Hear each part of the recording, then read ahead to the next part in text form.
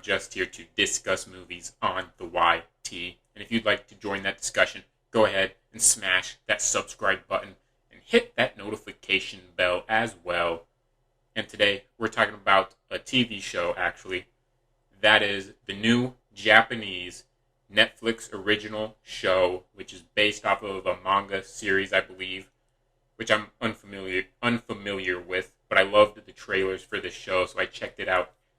And that being Alice in Borderland. So let's talk about it.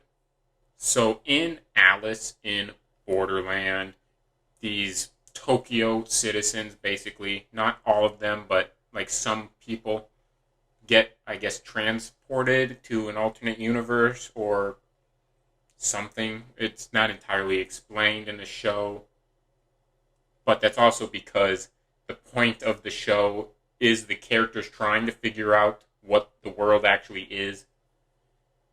And so you learn things as the characters learn things. And this has a setup for like other seasons and stuff as well, so they're not going to blow it all of that in one season. So you still don't entirely know what the world actually is. You just kind of know how you're supposed to survive in it. And basically, these characters that live in this world have to compete in life or death games to earn days on their visas because they have apparently a chip or something in their body. And when their visa expires, they die. Kind of Suicide Squad-esque. And one way I would describe this show is it's kind of like a cross between Escape Room and Sword Art Online. It's just like this weird kind of live-action cross between those two.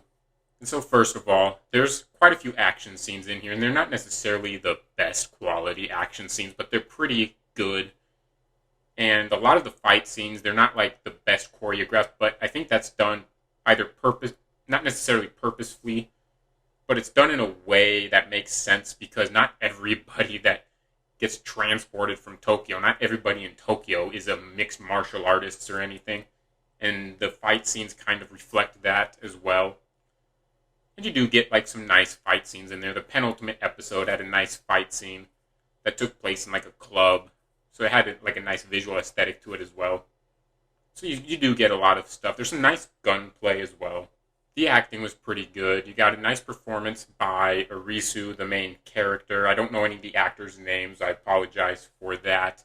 And I think one of his best friends, Karube, did a nice job as well.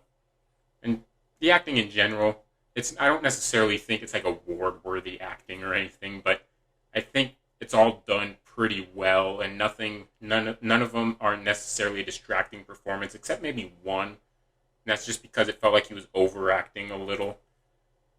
And forgetting the character's name. He was kind of a minor side character, but he's like the sword-wielding, bald guy with tattoos all over him. And visually, this show is shot pretty well. You got some nice visual aesthetic going on in the show, whether it's the lighting they choose or the production design of certain situations. I just think it has a nice visual aesthetic to it, and it's shot pretty well. And now onto the story, which is probably my biggest issue, and it's not necessarily the story itself, because I made it sound overly complicated than it actually is, I think, in my description at the beginning of this video or this review. But overall, I don't think the story itself is that bad. It's just, it kind of has a nice post-apocalyptic feel type of thing to it. And I think it does a really good job with that. My issue is kind of the pacing of the story. It felt like they crammed. It's kind of the opposite, actually, of most TV shows, where most TV shows will give you like a 4 or 5 episode arc and stretch it out to 8 or 10 episodes. This felt the opposite. This felt like it crammed 2 seasons worth of storylines into 1 season for me, which makes it kind of exciting to watch because it's fairly quick paced because of that. But it also takes away from some development. Like in the penultimate episode, the second to last episode, it felt like they were cramming in like last minute development for some characters that previously didn't have any development. And there's nothing too distracting about the sound. It's got a nice soundtrack to it. and just the sound overall, the editing and everything. It's nothing distractingly bad about it. And so overall, I think Alice in Borderland is probably going to be a little underseen, but I don't necessarily think it's for everybody. You do either have to watch subtitles, which I always do, or you have to watch dubbed because it is Japanese. And so it might not be for everybody, especially if you don't like watching foreign shows and movies. And then even the premise itself, I don't think it's for everybody. It has a very sci-fi, post-apocalyptic premise to it.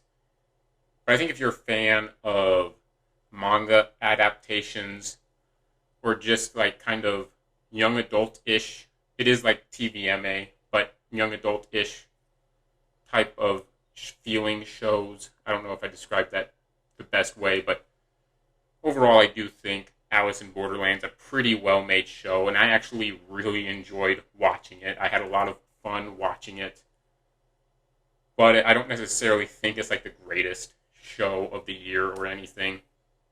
But it would probably be an honorable mention for me, but I don't necessarily watch as many shows as everybody else. I'm much more of a movie person. That being said, I would still give Alice in Borderland a 4. Thanks for watching this video. If you have seen Alice in Borderland, if you haven't even heard of it, but maybe I've made you a little interested in it, whatever the case may be, go ahead and share your thoughts in the comments down below. And if you enjoyed this video, go ahead and smash that thumbs up icon, smash that subscribe button, and hit that notification bell as well. And I will return next time when I see you again.